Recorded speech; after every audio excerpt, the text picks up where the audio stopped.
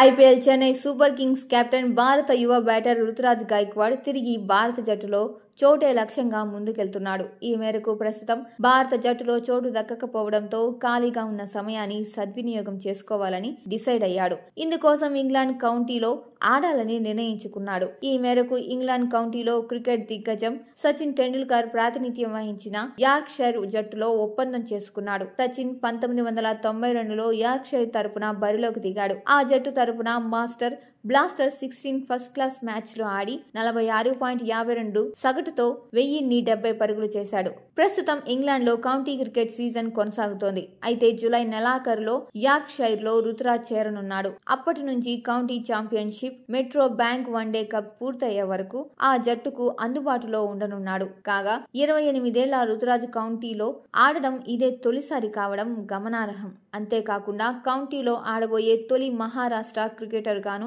రుతురాజ్ చరిత్ర సృష్టించనున్నాడు. గాయం కారణంగా ఐపీఎల్ 2025 సెకండ్ హాఫ్ కు దూరమైన రుతురాజ్ గైక్వాడ్ ప్రస్తుతం ఇంగ్లాండ్ లోనే ఉన్నాడు. ఇంగ్లాండ్ లయన్స్ తో 2 అనధికారిక టెస్టుల కోసం ఎంపిక చేసిన ఈ 2 మ్యాచ్ల్లోనూ అతడికి ఆడే అవకాశం రాలేదు. దీంతో బెంచ్ కే పరిమితమయ్యాడు.